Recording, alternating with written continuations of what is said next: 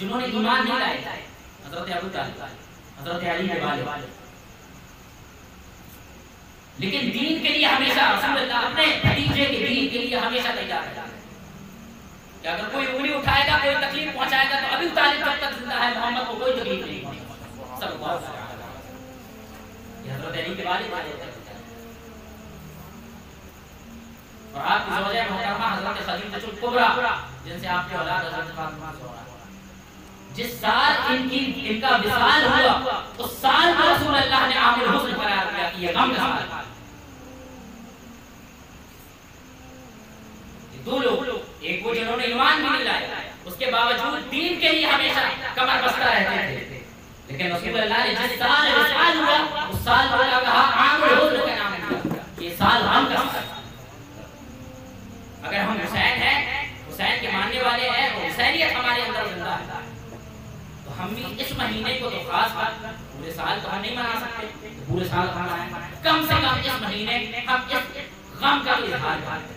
हम ढोल बाजों के साथ बाजारों में, हम नया कपड़ा पहन करके ना निकलें, हम नया कपड़ा पहन करके मेकअप पहना करके अपनी औरतों को अपने घर से ना निकालें। कम से कम ये उसवा और ये तरीका हमें इख्तियार करना है, ये तरीका हमें इख्तियार करना है। आमिल हुस्न की बात है, नबी करीम सल्लल्लाहु अलैहि वसल्लम, मैंने आपको बता दिया कि ये है कि रसूल अल्लाह को उसका क्या कि जिस साल दो शख्सियतें फौत हुई, आप उस साल को आमिल हुस्न करार दिया, कम का साल। हजरत इमाम ज़ैनुल आबिदीन, जिन्होंने करबला का मंजर अपनी आंखों से देखा था, बीमार थे। हजरत इमाम हुसैन के 3 बेटे और तीनों का नाम अली है, तीनों का नाम है, लेकिन पहचान कैसे होती है? अली अकबर सबसे बड़े बेटे, अली औसत बीच वाले बेटे, अली असगर सबसे छोटे बेटे। अली अकबर की शहादत मैदान करबला में हो गई, जबकि असगर की शहादत मैदान करबला में हो गई। अली औसत, जिनका नाम हजरत इमाम ज़ैनुल आबिदीन के नाम से मशहूर है, करबला का ये सारा मंजर अपनी आंखों से देखा था, ये गमनाक मंजर कि आपके बाबा को भी शहीद कर दिया गया, आपके चचा को भी शहीद कर दिया गया, आपके भाइयों को भी शहीद कर दिया गया। बीमार थे, इस मार्के में हिस्सा ना ले, लेकिन जिंदगी भर कभी मुस्कुराए नहीं, जिंदगी भर कभी मुस्कुराहट नहीं चाहिए, जिंदगी भर मुस्कुराहट।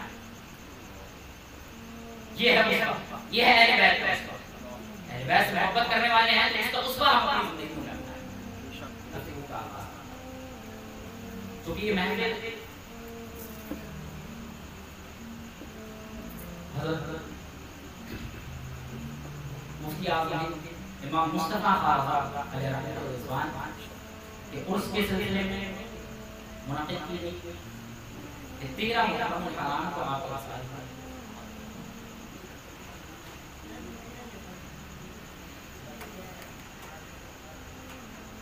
हज़रत मुफ्ती आज़म इमाम मुस्तफ़ा खान रहमतुल्लाह अलैहि,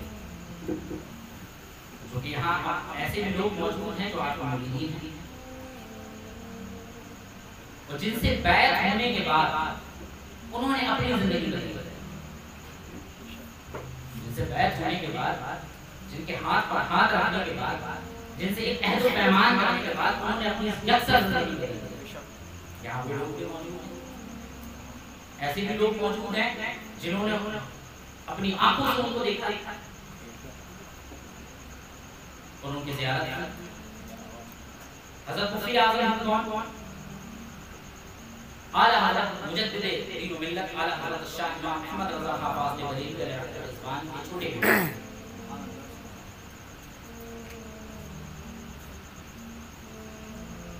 आपकी विलादत बरेली में हुई, एक ऐसे खानदान में हुई जिस खानदान में हर वक्त अल्लाह और उसके रसूल के दीन की तरबियत होती थी, उसके दीन की इशाअत, उसके दीन के लिए काम होता था, जिनके आबाओ अजदाद दीन के लिए अपनी जिंदगी में फना करते थे। ऐसे खानदान में आपकी पैदाइश हुई।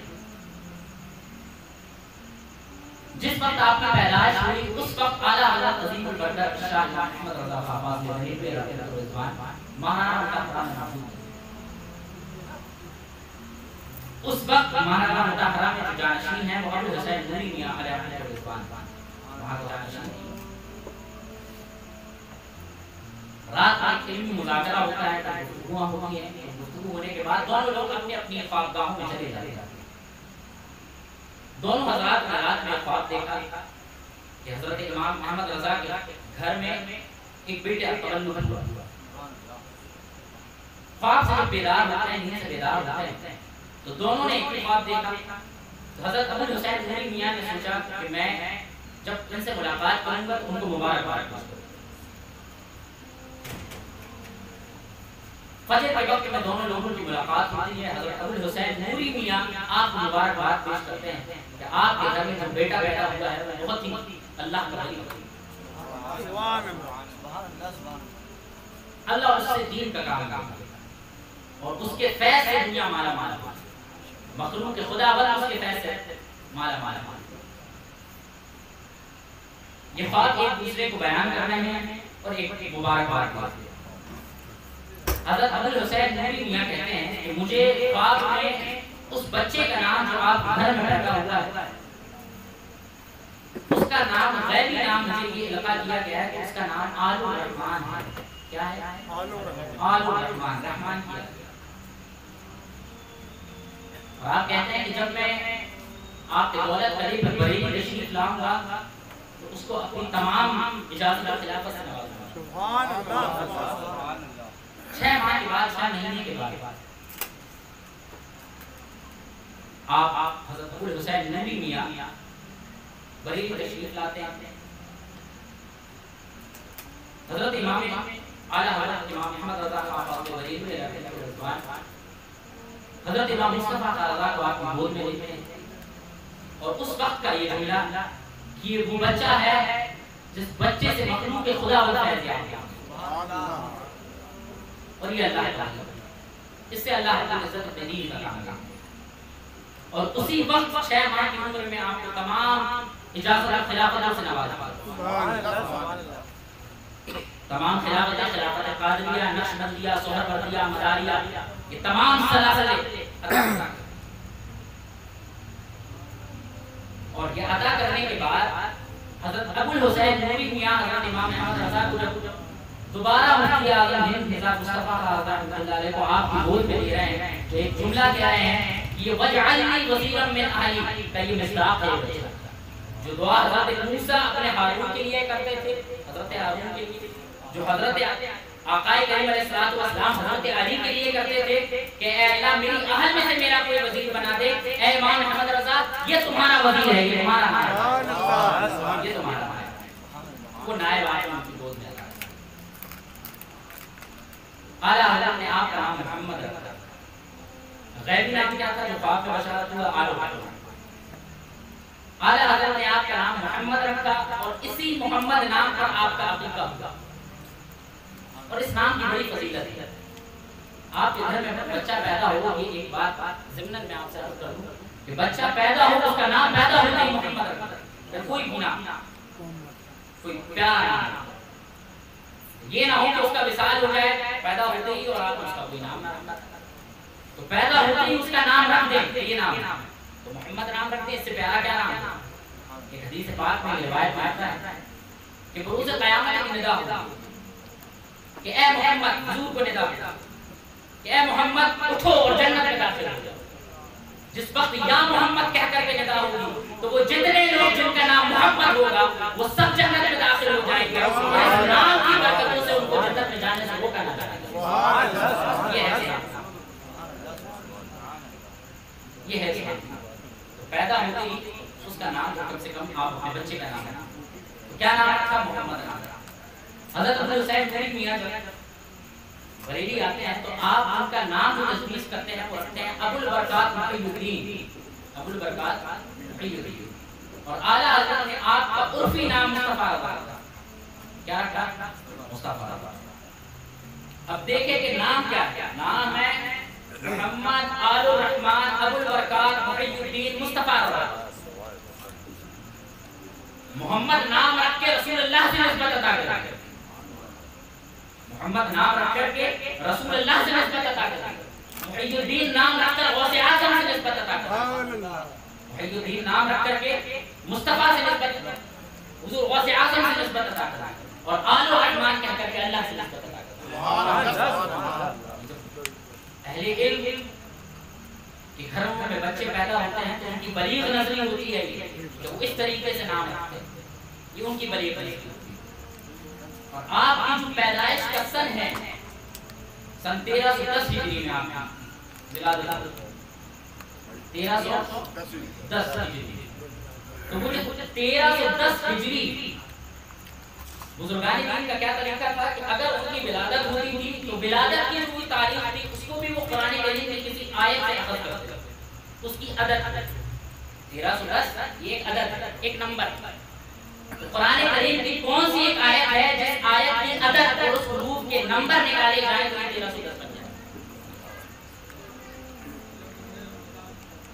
तो जब मुफ्ती आज़म इमाम मुस्तफा रज़ा रहमतुल्लाह अलैह की विलादत होती है 1310 हिजरी को, तो आपका जो सिन्ने विलादत की जो आयत निकलती है वो आयत है सलामुन अला इबादिल्लज़ीना इस्तफ़ा, कि मेरे चुने हुए बंदों पर अल्लाह सलामती फरमाए। ये है जो तारीख में आपकी पैदाइश होती है और जो तारीख है उसकी अदद क्या है 1310 हिजरी। सलामुन अला इबादिल्लज़ीना इस्तफ़ा ये कुरान की आयत है कि मेरे चुने हुए बंदों पर अल्लाह की रहमत। ये है आपकी सिन्ने विलादत, इससे निकलती किस आयत है। इब्तिदाई तारीख आपने अपने बड़े भाई हज़रत हामिद मियां से, अपने वालिद गिरामी से ली। जो असातिज़ा थे दस्तयाब मंज़िल इस्लाम में उनसे तरम्मुम हासिल किया। बाज़ रिवायतों में 13 साल में, एक रिवायत में कि 18 साल में आपने पहला फतवा किस तरह दिया कि दारुल इफ्ता जो बरेली में कायम है ये आला हज़रत के ज़माने से कायम नहीं था, बल्कि आला हज़रत के जद्द अमजद हज़रत तक़ी अली रज़ा उनके ज़माने से कायम है। अच्छा मुझे एक बात का गौर करो, तो जो 12 इमाम हैं ना, 12 इमामों में एक इमाम का नाम है तक़ी अली, एक इमाम का नाम है नक़ी अली। तो देखिए उनके जद्द अमजद का नाम भी उन्होंने किस नाम से था? अहले बैत अतहार के नाम से तक़ी अली, नक़ी अली। आला हज़रत के वालिद गिरामी का नाम था नक़ी अली, और उसी रज़ा के नाम से तनासुब से हज़रत इमाम अहमद रज़ा का भी नाम रज़ा से चला। तो ये दारुल इफ्ता अभी का कायम नहीं था, बल्कि आपके जद्द अमजद हज़रत तक़ी अली रज़ा रहमतुल्लाह अलैह उन्होंने कायम किया था। उनके बाद इस जिम्मेदारी को उनके बेटे हज़रत नक़ी अली रज़ा रहमतुल्लाह अलैह ने संभाला। उसके बाद हज़रत इमाम अहमद रज़ा ने रहमतुल्लाह अलैह ने संभाला, और उसके बाद हज़रत इमाम मुफ्ती आज़म ने इस मनसब को संभाला। तो अभी 13 साल उम्र है और दारुल इफ्ता में दाखिल होते हैं।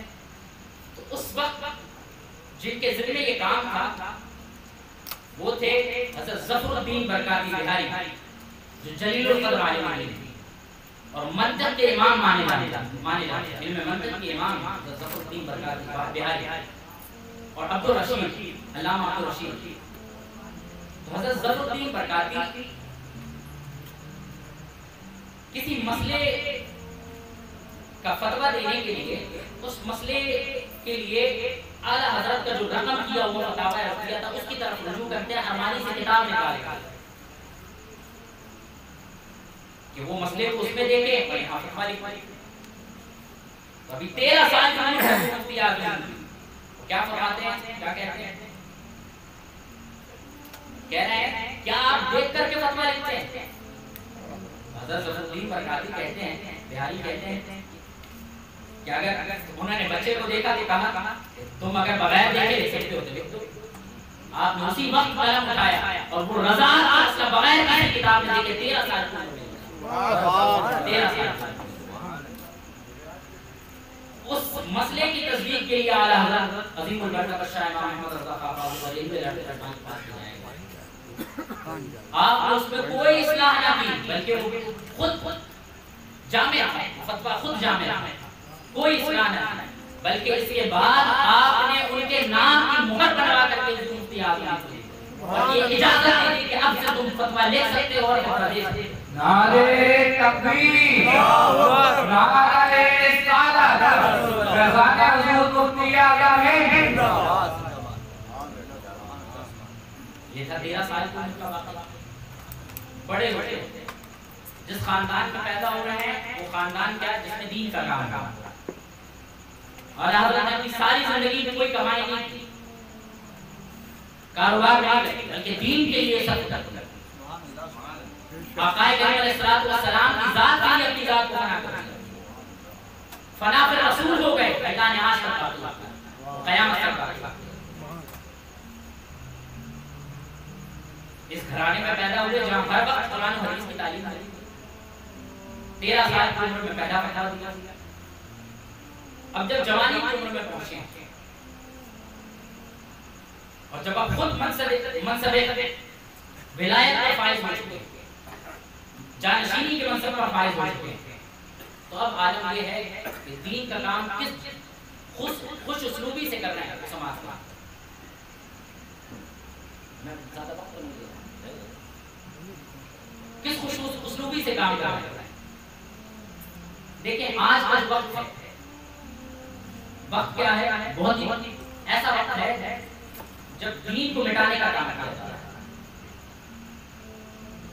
इस्लाम को मिटाने का काम किया जा रहा है। उस जमाने में भी एक तहरीक चली, वो क्या तहरीक थी? शुद्धि तहरीक। जिस तरह आज एक तहरीक अहले बातिल ने चलाई, अहले कुफ्र ने चलाई, वो क्या तहरीक है कि घर वासी तो बच जाओ। उन्होंने क्या तहरीक चलाई? बात करने से डरते हैं ना हम, हुसैनी सबको कहते हैं लेकिन बात करने से। तो हुसैनी किरदार हजरत मुफ्ती आज़म हिंद की जात में कैसा है वो समाज। हुसैनी किरदार क्या कि ये नहीं देखना है तुमको कि तुम कितने, तुम 72 भी हो तो 22,000 लश्कर से लड़ने के लिए, ये है हुसैनी किरदार। 22,000 के लश्कर से लड़ने के लिए तैयार हो जाओ 72 लोगों को लेकर, ये हुसैनी किरदार। तो ये हुसैनी किरदार मुफ्ती आज़म हिंद की जात में कैसा है वो समाज। जिस तरह आज क्या चलाया जा रहा है, घर वापसी कर दो तो तुम्हें अमान नहीं, तुम्हें छोड़ दो। एक तहरीक चली, वो तहरीक क्या? शुद्धि तहरीक, कि तुम पाक साफ हो जाओ, मुसलमान हो तुम पाक साफ हो जाओ, हमारे दिल में आ जाओ, वो तो पूछने लगो, ये सब करने लगो, तुम शुद्ध हो जाओ, पाक हो जाओ। और इस तहरीक, और ये तहरीक आर्य समाज में चलाई।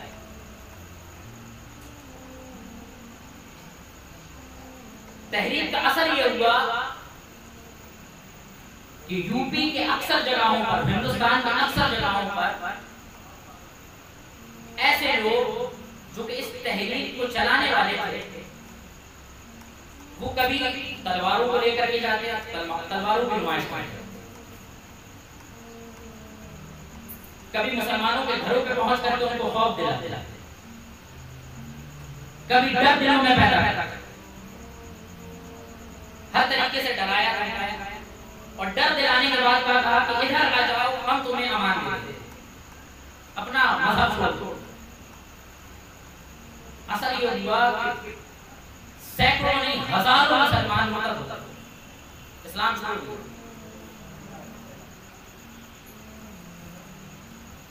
उस जमाने में हुजूर मुफ्ती आज़म हिंद ने एक जमात की तश्कील की, जमात रज़ाए मुस्तफा। क्या जमात थी? जमात रज़ाए मुस्तफा। इस जमात के अमीर कौन है? मुबल्लिगीन को आप अलग अलग जगहों पर रवाना करना कि जाओ इस तहरीक का मुकाबला करो। लोग इस्लाम का चिराग बुझाने में लगे हैं, तुम जलाने में लगे जाओ। जिस नूर को ये बुझाने में लगे हैं, तुम इस नूर को जलाने में लगे जाओ। कुरान मजीद की एक आयत है, क्या युरीदून लियुत्फिउ नूरल्लाहि बिअफ़वाहिहिम, ये काफिर लोग ये चाहते हैं कि अल्लाह के नूर को अपने फूंकों से बुझा दे।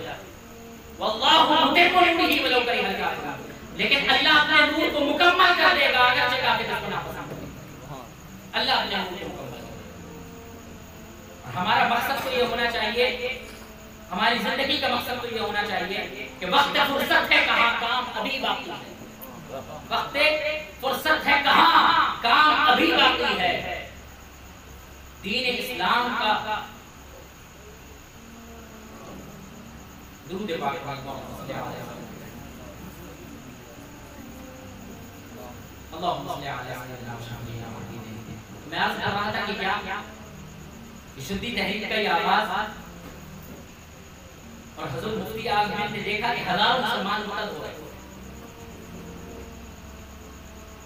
आप एक जमात की तश्कील दी, कमेटी की तश्कील की, जिसमें तमाम उलमाए दीन थे, जमात होता है। मुबल्लिगीन का अलग-अलग वक्त आपने अलग-अलग जगहों पे भेजा और उन जगहों पर भेजा जहां इसका असर ज्यादा था। जब ये मुबल्लिगीन, जब ये दीन के सिपाही उन जगहों पर पहुंचे तो इस्लाम का चराग बुझाने वालों ने क्या किया? इनके ऊपर कीचड़ फेंका, इनको डराया धमकाया, इनके लिए तमाम साजो सामान बंद कर दिया, खाने का कोई सामान ना मिले, कोई पानी ना मिले। ये लोग लेकिन इस वक्त में भी हुजूर मुफ्ती आज़म की हालत क्या है कि कभी उस खुद वक्त के साथ खुद चले जा रहे हैं। वो शहजादा जिसकी हालत खुद ये है कि ऐसे घर में पला बड़ा है जहां कोई मशक्कत नहीं है, सिर्फ दीन का काम है। लेकिन अब दीन के काम की बात जब आ गई, जब दीन को मिटाने की बात आ गई, ऐसे लोग मिटा रहे हैं। जब उस दीन के लिए काम करने की बात आई तो किस तरह काम कर रहे हैं? इस तरह काम कर रहे हैं कि मीलों सफर पैदल पैदल, मीलों सफर पैदल पैदल, ना सोने की फिक्र है, ना खाने की फिक्र है। इसी लम्हे में आपको खबर मिलती है कि आगरा से कुछ मील के फासले पर एक गांव है, जिस गांव पर इस तहरीक का कुछ ज्यादा असर हो गया। और वो असर कैसा था? वो असर इतना हुआ है कि लोग वहां पे जमा हो गए हैं आज के दिन, और जमा होकर के आज वो अपना दीन छोड़ने को तैयार है मुसलमान। हुजूर मुफ्ती आज़म को जब ये खबर पता चलती है तो आप कुछ जानिसारों के साथ, कुछ मुहिब्बीन के साथ, अपने मोहब्बत करने वालों के साथ और उलमा की एक टीम लेकर के वहां पहुंचते हैं। सफर बड़ा मुश्किल था क्योंकि ट्रेन जहां तक जाती थी वहां तक हो गए, लेकिन उसके बाद वहां आगे कोई गाड़ी नहीं, तो पैदल सफर करते हुए गांव तक पहुंचते हैं। तो देखते हैं कि जो शख्स इस तहरीक का अमीर है वो इसी तरह स्टेज पर बैठा हुआ है, बड़ी शान के साथ खाने और पकवान बनाए जा रहे हैं, ढोल बाजे बज रहे हैं और लोग नाच रहे हैं। और अक्सर के मुसलमानों और ये किस लिए जमा हुए हैं? इसलिए जमा हुए हैं कि अब उसके कहने पर ये सब अपने दीन को छोड़ दें। और वहां नाई भी मौजूद है, नाई बार बार वो किस लिए मौजूद है कि जब ये दीन छोड़ देंगे तो इनके सर को मोड़ देंगे, इसलिए वहां ये लोग भी हुजूर मुफ्ती आज़म हिंद का हुसैनी किरदार देखते कि जिस वक्त ये हालत देखते हैं हालत बदल जाती है। एक जलाल में आते हैं, स्टेज पर बैठकर उस स्टेज पर पहुंचते हैं और कहते हैं बदबख्त तू इनको दीन छुड़ाने पर आमादा है, अगर तू ऐसा है तो आप मुझसे मुनाज़रा, जो कुछ तेरे सवाल आते हैं तो मुझसे सवाल आता, मैं तेरे सवाल आपको बताऊंगा। हर तरह उसको कहते हैं कि आप मुझसे मुनाज़रा, किसी तरह राजी नहीं होगी, किसी तरह राजी नहीं होगी। भीड़ में भी एक खल्ला, जब देखते हैं कि वो तैयार नहीं हुआ, आपने कहा कि एक आवाज बुलंद करो, लोगों को खामोश करो। लोग खामोश होते हैं, आप खड़े होते हैं और कहते हैं कि तुम्हारा जिसको तुमने अपना अमीर बनाया, जिसके कहने पर तुम अपना दीन छोड़ रहे हो, अपना मजहब तब्दील कर रहे हो। मैंने इससे कहा कि ये मुझसे मुनाजरा करे तो ये मुझसे मुनाजरा करने को तैयार नहीं। तो अब मैं उससे ये कहता हूँ कि यही आग लगाई जाए, इस आग में वो भी कूदे, मैं भी कूदूं, जो बच जाए वही लेकर जाएंगे। ये कौन कर रहे हैं? ज़ुल्फ़ी आज़म। यहाँ आग जलाई जाए और इस आग में ये भी कूदे, मैं भी कूदूं, जो बच जाए वो। जब ये बात कही वो तो हवास बाख्ता हो गया, हैरान शर्मसार हो गया कि अब ये कहाँ आ गया, ये कौन आ गया मेरे साथ। जब ये बात कही तो वो किसी तरह राजी नहीं हुआ और वो स्टेज छोड़ करके भाग गया। लोगों ने जब ये आलम देखा तो कहा कि हमने समझ गए कि अब हक क्या है और बातिल क्या है, हक क्या है और बातिल क्या है, अब हमने समझ लिया। और उसी वक्त तमाम लोगों को आपने तौबा करवाई। स्टेज पर जहां मौजूद लोग काफिर बनने वाले थे, मुर्तद बनने वाले, वहीं मौजूद होकर के आपने सबको दायित्व किया, सबको मुसलमान दोबारा दाखिल इस्लाम, दोबारा तौबा कर। ये है हज़रत मसीह आज़म का किरदार। वो है ना आला हज़रत का शेर है कि मेरे गुलामों का नक्शे कदम है राह निजात, मेरे गुलामों का नक्शे कदम है राह निजात। वो क्या बहक सके जो ये सुराग क्या बहक सके। तो हमें इन्हीं का सुराग लेकर के चलना है, इन्हीं के नक्शे कदम को पकड़ करके चलना है। इनके नक्शे कदम को पकड़ कर चलेंगे, अल्लाह रब्बुल इज्जत हमें इमाम हुसैन की मोहब्बत भी अता फरमाएंगे। और देखिए आला हज़रत जिस दर के गुलाम हैं और जिस दर पे आप अपना सर हम करते हैं वो भी आले रसूल महाराज। एक शेर में आप उनसे इमदाद कर रहे हैं कि या आले रसूल मेरी इमदाद करें। कौन इमदाद कर रहा है? खुदा आला हज़रत जिस दर पर आला हज़रत जब ईसाई करते हैं वो भी हुसैन को औलाद हो।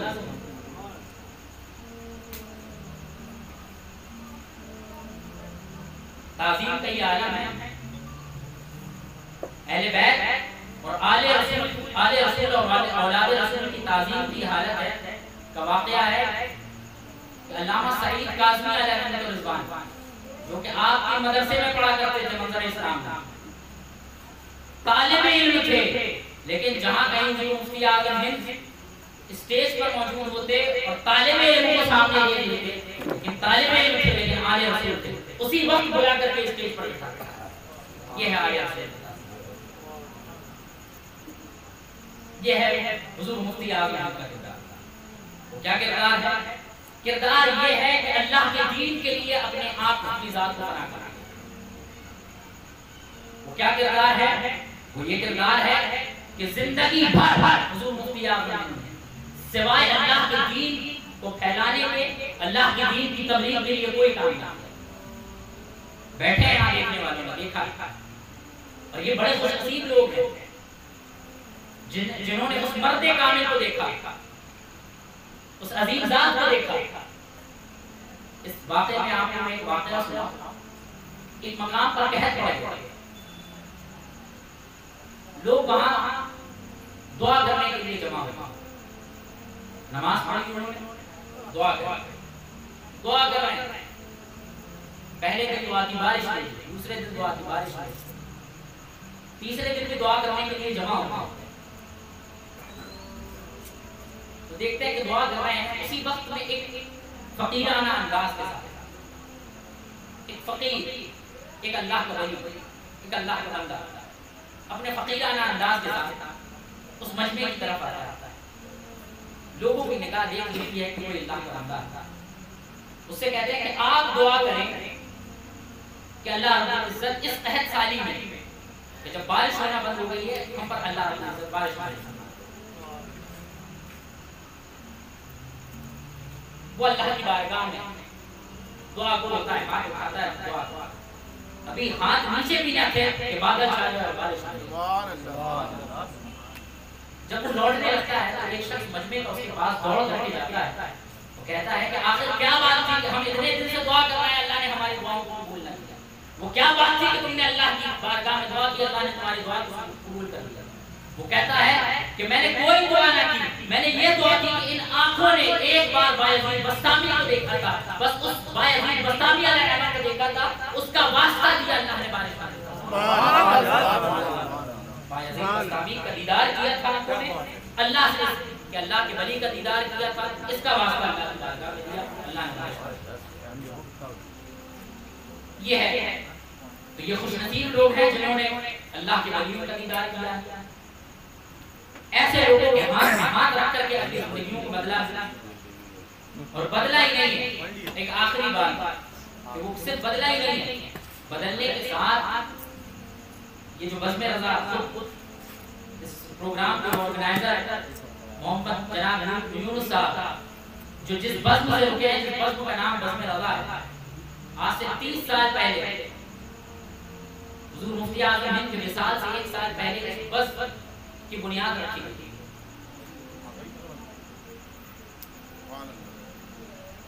और आज देखें कि 30 साल पहले हुजूर मुफ्ती आज़म हिंद ने जिस बज़्म का आगाज किया था, आज उसका समर यह है कि आज हम सब लोग इस महफिल में जमा हैं। इन सब लोगों की जिंदगी उनके हाथों में बदली, सब लोगों की जिंदगी हाथों में, सबकी जिंदगी ऐसी बदली कि सबके चेहरे बदल गए, सबके लिबास बदल गए, सबका रोज और शब बदल गया। ये बदला कैसे बदला? एक अल्लाह के वली के हाथों में हाथ रखा और उस अल्लाह के दीन का काम इन लोगों के जरिए अल्लाह ताला की इज्जत से मदद दुआ कि अल्लाह ताला की इज्जत मुझे कहने से ज्यादा और आप तमाम हज़रात सुनने से ज्यादा अमल करें। आमीन। और जो कुछ हमने अपने मुक़द्दसा महफ़िल में सुना उस पर अमल करें।